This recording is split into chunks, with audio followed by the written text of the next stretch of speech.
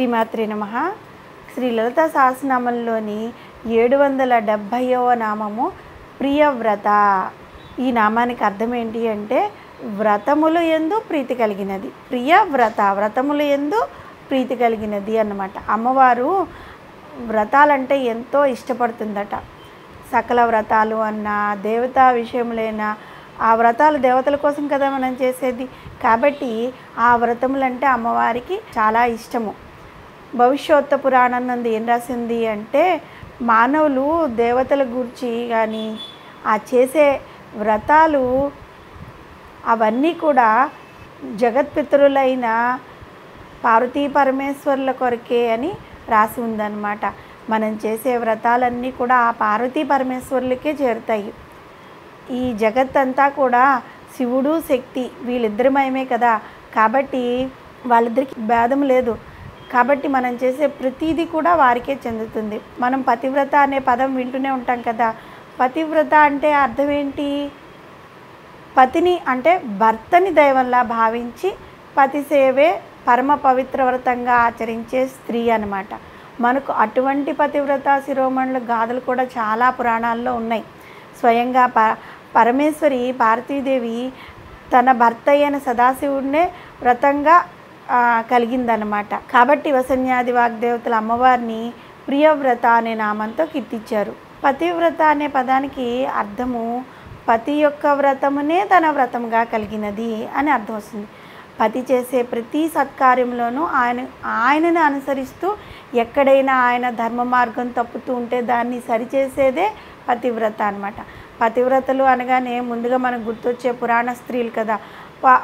తన భర్త యొక్క ప్రతి వ్రతంలోనూ ఆయన్ని అనుసరించిన సీత, పతినే దైవంగా భావించి యమధర్మరాజు నుంచి ఆయన ప్రాణాలను తిరిగి తెచ్చుకున్న సావిత్రి, అనసూయ, సుమతి ఇలా ఎందరో ఉన్నారు.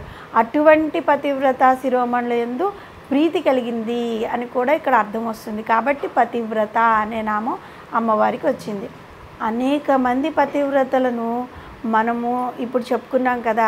నేటికి మన సమాజంలో అనేక మంది స్త్రీమూర్తులు పతిని అనుసరిస్తున్న వారు ఉన్నారు. అయితే వారు తాము పతివ్రతములమని బయటికి చెప్పుకోరు. ఇక పత్నీవ్రతల గురించి మనం చెప్పుకోవాలి కదా. పతివ్రతల గురించి చెప్పుకున్నప్పుడు పత్నీవ్రతల గురించి చెప్పుకోవాలి కదా. ఎందరో స్త్రీమూర్తులు పతివ్రతలైతే అగ్నిహోత్రుడు పత్నీవ్రతుడు అనమాట. అతడు ప్రియవ్రతుడు. తన భార్య అయిన స్వాహాయందు ఎల్లప్పుడూ స్వాహాతోనే ఉండేవాడు అనమాట. అంచేతనే స్వాహాతో అంతమయ్యే మంత్రోచ్చారణతో సమర్పించిన ద్రవ్యమే అగ్నికి ఆహుతి అవుతుంది. ఆ విధంగా పతివ్రత అయినా పత్నీవ్రతుడైనా సరే అమ్మవారికి చాలా ప్రీతి అన్నమాట. కాబట్టి అమ్మవారిని ప్రియవ్రత అని పిలిచారు. మనము యజ్ఞంలో హవిస్సులు వేసేటప్పుడు స్వాహ అని చెప్పినప్పుడు మాత్రమే వేయాలి. అంతకు ముందు కానీ తర్వాత కానీ హవిస్సు వేస్తే అవి చేరవలసిన దేవతలకి చేరవు. అంటే అగ్నిదేవుడు తీసుకెళ్ళాడు అనమాట. ఈ విధంగా జగన్మాత ప్రీతి కోసం వేదములు, పురాణాలు, ఎన్నో వ్రతములు, వ్రతకల్పములను మనకి చాలా ఉన్నాయి కదా. అన్ని వ్రతములు అమ్మవారివే. ఏ వ్రతం చేసినా అది సాక్షాత్తు అర్ధంపతులైన పార్వతీ పరమేశ్వరులకు చెందుతాయి. మనము సర్వదేవ నమస్కారం కేశవం ప్రతిగచ్చతి అని పూజలో చెప్తూ ఉంటాం. అంటే ఏ దేవునికి నమస్కారం చేసినా అది కేశవునికే చెందుతుంది అని అనమాట. అలాగే ఏ పూజ చేసినా ఏ వ్రతం చేసినా అవి పూర్తి అయిన తర్వాత తత్సర్వం బ్రహ్మార్పణమస్తు అంటాం. ఈ పరబ్రహ్మస్వరూపము జగన్మాతయే కనుక ఏ వ్రతం ఆచరించినా అది ఆ తల్లికే చెందుతుంది అని అర్థం. ఈ విధంగా యజ్ఞములు, వ్రతములను మన జీవితంలో కనుక ఆచరిస్తూ ఉంటే వారి యొక్క జీవితం సార్థకమైపోయినట్టే కదా. వారి జీవితం సార్థక జీవులు అనమాట. ఇదే సృష్టి చక్రం. ఈ సృష్టి చక్రాన్ని అనుసరించే వారే ధన్యులు. ఈ విషయాన్ని గీతాచార్యుడైన శ్రీకృష్ణ పరమాత్మ భగవద్గీతలోని 3వ అధ్యాయమైన కర్మయోగంలోని 16వ శ్లోకంలో వివరించారు. అర్జున, ఎవరైతే ఈ లోకాన్ని ప్రచలితమైన సృష్టి చక్రమును అనుసరింపరో అంటే కర్తవ్యంను వారికి నిర్వహించిన కర్తవ్యంను పాటించరో అతడు ఇంద్రియలోలుడై పాపాత్ముడై వ్యర్థంగా జీవిస్తున్నాడు అని చెప్పారు.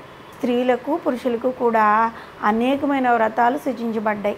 వాటిలో కొన్ని ముఖ్యమైన వ్రతాలు ఏంటి అంటే శ్రీ సత్యనారాయణ స్వామి వ్రతము, శ్రీ అనంత పద్మనాభ స్వామి వ్రతము, శ్రీ లక్ష్మీనారాయణ వ్రతము, సంకట చతుర్థి వ్రతము, కైలాస గౌరి నోము, కేదారేశ్వర వ్రతము, అష్టలక్ష్మి వ్రతము, కన్యాకుమారి నోము, కాత్యాయని వ్రతము, కామేశ్వరి వ్రతము, కార్తీక వ్రతము, కళ్యాణ గౌరి నోము, వరలక్ష్మి వ్రతము.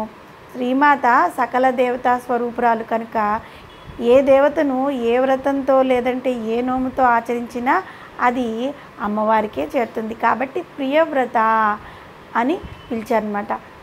మనకి కావాల్సిందల్లా ఏ వ్రతం చేసినా భక్తి శ్రద్ధలతో ఆ వ్రతాలని ఆ నోముల్ని చేయాలి. అప్పుడే ప్రియవ్రత అయిన ఆ తల్లికి మనం చేసే నోములు కానీ వ్రతాలు కానీ అమ్మవారికి చేరుతాయి. ఈ నామంలో చెప్పుకున్నట్లుగా మనం చేసే వ్రతాలు నోములు అమ్మవారికి ఇష్టం కాబట్టి అవి చేయడం ద్వారా అమ్మవారి యొక్క అనుగ్రహం మనపై ఉంటుంది. శ్రీమాత్రే నమః.